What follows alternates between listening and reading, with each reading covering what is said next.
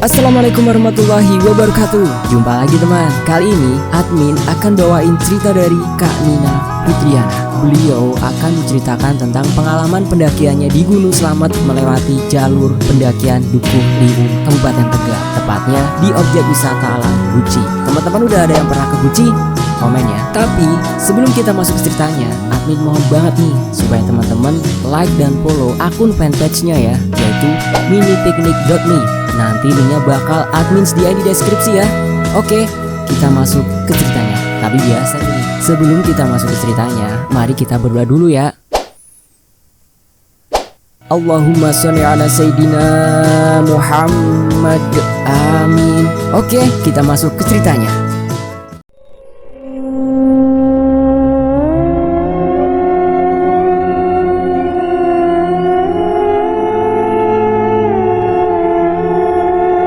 Saya dan beberapa rekan yang kebetulan dulunya adalah teman satu kantor, kecuali Asep. Kisah ini diawali ketika kami berencana menghabiskan libur akhir tahun untuk sejenak melepas kejenuhan dari rutinitas pekerjaan yang mulai membuat kami bosan, terutama menghadapi kemacetan ibu kota. Waktu itu, Desember tahun 2015, tibalah hari di mana kami memutuskan untuk mendaki Gunung Slamet yang merupakan gunung tertinggi di Jawa Tengah. Rencana awal kami akan naik melalui pintu masuk pemandian air panas Guci. Tapi entah kenapa, pagi itu ketika kami sampai, mobil F yang kami tumpangi diminta untuk berputar arah, yang kami sendiri tidak tahu diarahkan kemana. Setelah berputar dan bertanya sana sini, kami diarahkan ke sebuah desa yang menurut saya cukup rapih, namun terkesan sepi karena sepanjang jalan kami hanya memenuhi beberapa penduduk desa saja. Sampailah kami di ujung jalan desa ini. Kami memarkirkan mobil yang kami sewa di sebuah tanah lapang yang sepertinya sebuah kebun milik warga. Kami sempat kebingungan karena ketika kami turun, kami tidak melihat pos pendaftaran seperti yang terdapat pada jalur resmi pada umumnya. Yang terlihat hanya rumah-rumah penduduk saja yang sepi, seperti tak berpenghuni. Sempat beberapa lama kami hanya terdiam karena tidak tahu harus kemana. Tidak ada orang atau penduduk desa yang bisa kami tanya.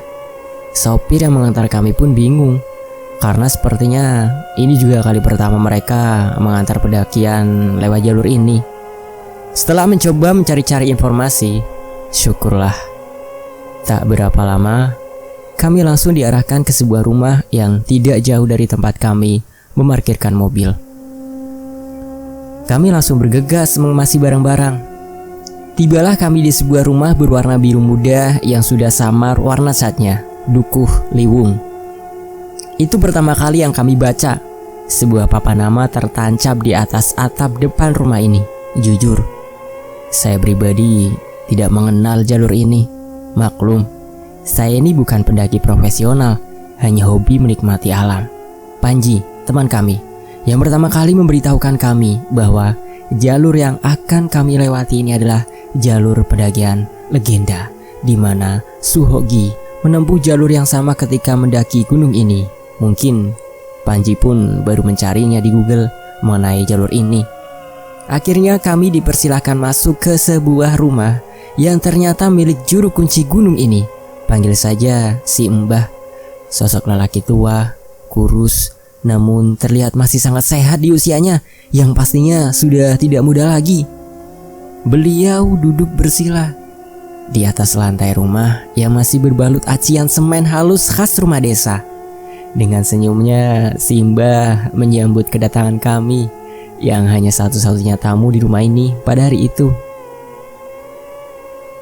Kami bertujuh, 5 laki-laki dan 2 perempuan. Saya dan teman saya Widi. Setelah dipersilahkan masuk dan kami bersalaman dengan si Mbah, kami pun turut duduk bersila bersama si Mbah yang mulai melemparkan pertanyaan pada kami satu persatu. Dari mana kami berasal? Setelah berkenalan, Mbah langsung bercerita pengalaman-pengalaman beliau selama menjadi penjaga gunung ini. Terutama pengalaman dalam menolong pendaki-pendaki nakal dan sompral yang banyak tersesat bahkan hilang di gunung ini. Deg-degan sih, tapi kami tetap menyimak cerita demi cerita yang dituturkan Simbah, mulai dari yang hilang berhari-hari sampai yang tidak bisa diselamatkan. Kami tahu tujuan beliau menceritakan itu semua bukan untuk menakut-nakuti kami, tapi untuk dijadikan pelajaran agar tidak berlaku seenaknya di gunung ini atau di tempat lain dimanapun kami berada. Sekilas pasti terlihat ketakutan di wajah kami yang tidak menyangka bahwa kami akan melewati jalur ini. Tahu namanya saja tidak. Gak pernah kepikiran kami benar-benar seperti disesatkan. Tapi Simbah coba menenangkan, namun suaranya terdengar berat. Sehingga kami tahu bahwa sejujurnya jalur ini memang angker untuk dilewati. Setelah cerita panjang lebar dan meneguk teh hangat yang disediakan oleh istri Simbah, dan suasana sudah mencair dari cerita-cerita horor yang dituturkan sebelumnya, pertanyaan terakhir Simbah adalah, siapa di antara saya dan Widi yang sedang haid? Atau waktu haidnya sudah dekat? Sempat saling lirik, namun alhamdulillah saya baru selesai masa itu. Tapi tidak dengan Widi. Sepertinya dia akan haid dalam waktu dekat. Simbah lalu memberikan kami sebuah bungkusan berbalut kain putih berisikan kemenyan. Kami sempat bingung. Lalu Simbah menjelaskan bahwa kalau di atas nanti salah satu di antara kami datang bulan, mohon jangan ikut muncak, agar berdiam diri saja di tenda, dan sebelum turun kami diperintahkan untuk membakar kemenyan tersebut dan meraupkan asapnya ke wajah kami masing-masing. Bukan hanya saya dan Widi, tapi kami bertujuh. Tujuannya adalah agar kami tidak disesatkan oleh penghuni gunung ini ketika perjalanan pulang nanti. Saling curi pandang tak terelakkan dari wajah kami, tapi kami pun tidak mungkin menolaknya. Bungkusan kain putih itu bersama kami menaiki gunung ini. Waktu sudah menunjukkan sore hari. Kami pun bergegas mengemasi barang kami untuk melakukan pendakian.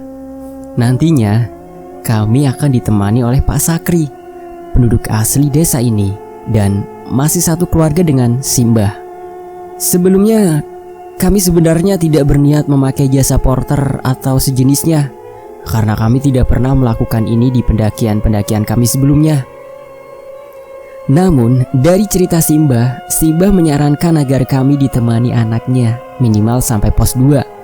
Karena jalur ini masih jarang dilewati dan banyak sekali jalur bercabang yang bisa membuat kami bingung dan bisa jadi membuat kami tersesat. Akhirnya kami setuju. Karena kami pun tidak mau ambil resiko jika yang dikatakan Simbah adalah benar adanya. Akhirnya setelah selesai berkemas dan berpamitan pada Simbah dan keluarganya, seperti biasa, tidak lupa pula kami memanjatkan doa mohon keselamatan kepada Allah Subhanahu wa Ta'ala untuk pendakian kami kali ini.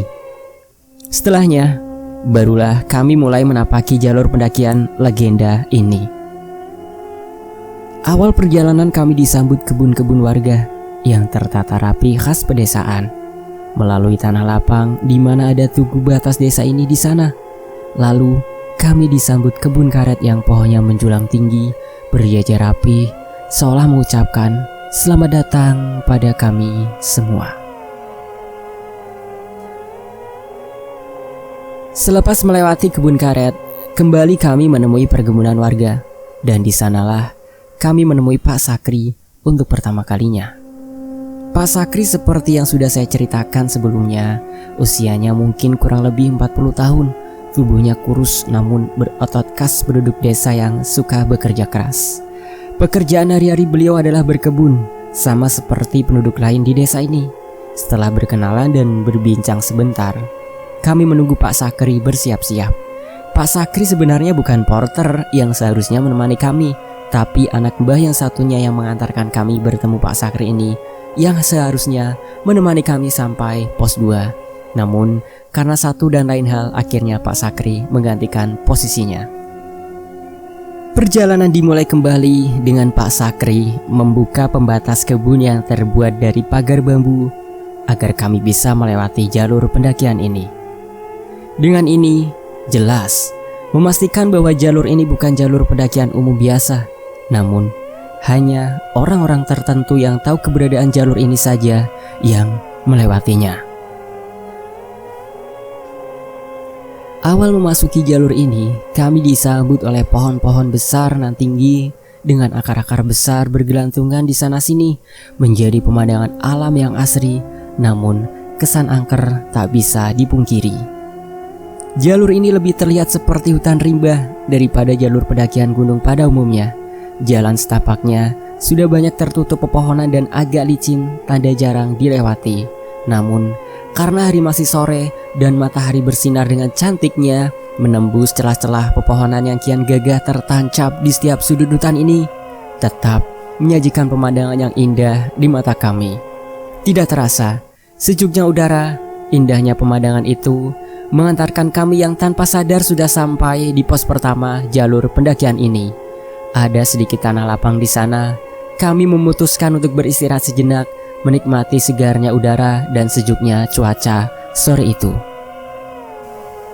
Di sela-sela istirahat, saya dan Widi menggunakan kesempatan itu untuk buang air kecil.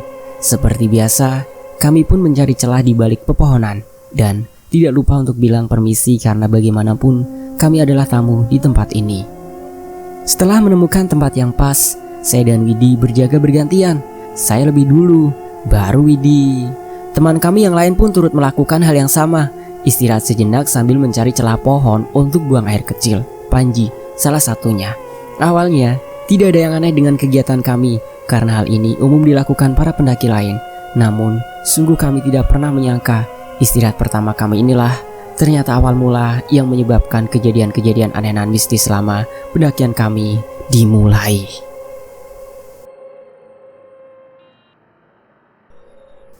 Selepas membersihkan diri setelah buang air kecil, kami duduk-duduk di batang pohon mati. Di bawah bedeng non-permanen yang terbuat dari batang pohon kecil dan plastik putih yang sudah lusuh dan bolong di sana-sini. Buatan pendaki terdahulu sepertinya.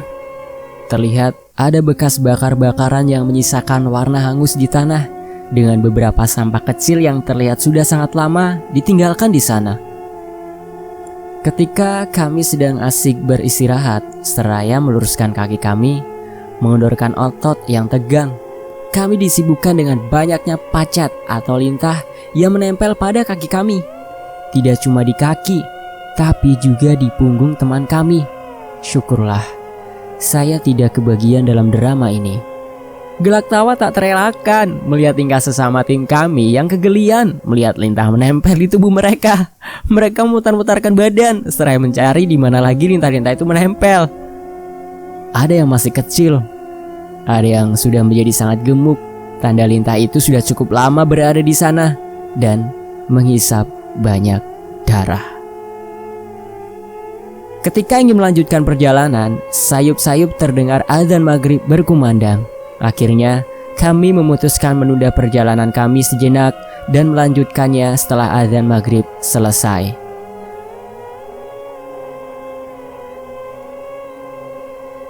Perjalanan menuju pos 2 pun dimulai, masih dengan pemandangan yang sama. Pohon-pohon besar dengan akar-akar yang kekar tertancap gagah di hutan belantara ini.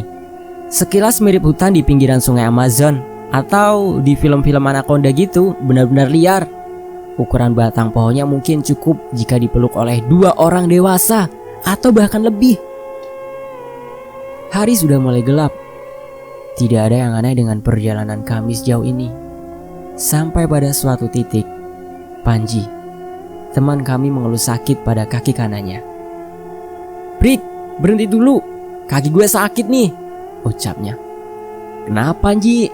tanyaku. "Gak tahu, tiba-tiba sakit banget." "Ya udah, istirahat dulu, nanti baru kita lanjut lagi," suruh teman yang lainnya. Kami beristirahat di jalur karena memang tidak ada tanah lapang di sana, hanya jalur setapak yang ditumbuhi pepohonan lebat. Sambil berdiri kami mencoba mengatur nafas kami masing-masing berharap sakitnya kaki Panji cepat mereda.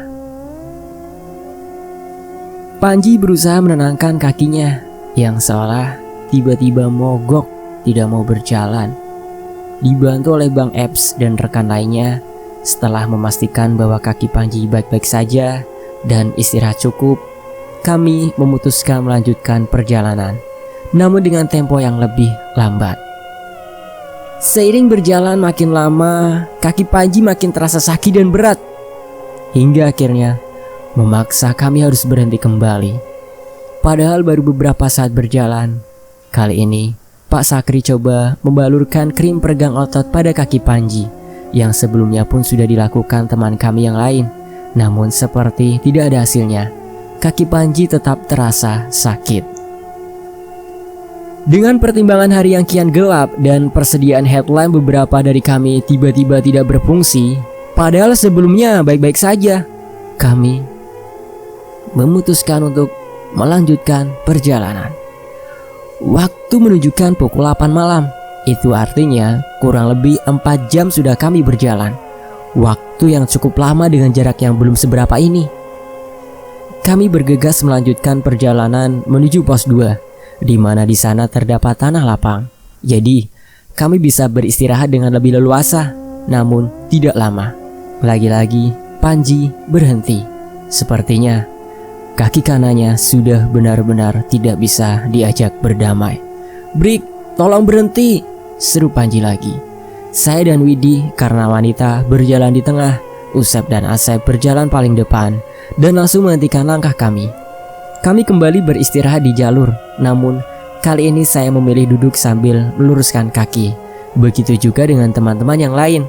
Hanya Panji yang masih berdiri dengan memegangi batang pohon yang digunakan untuk membantunya berjalan.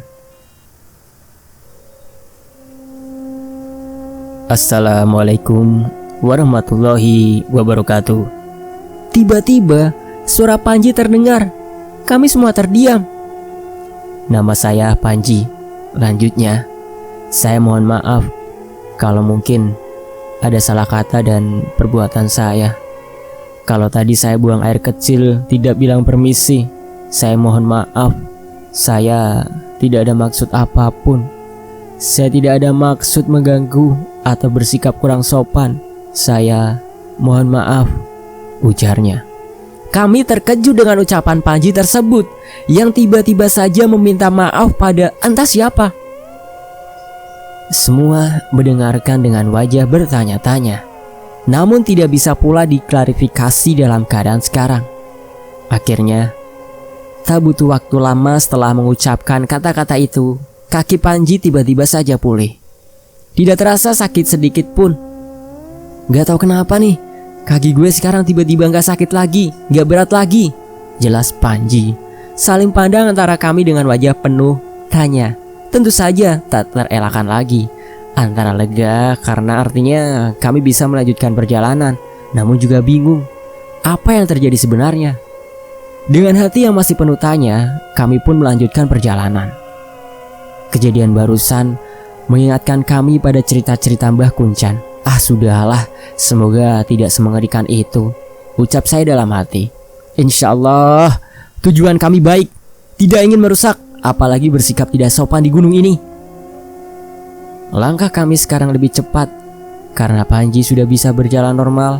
Sembuhnya kaki Panji tadi mudah-mudahan menjadi akhir rintangan perjalanan ini, dan dimudahkan untuk perjalanan selanjutnya, sampai kami pulang ke rumah masing-masing dengan sehat dan selamat. Itu doa saya.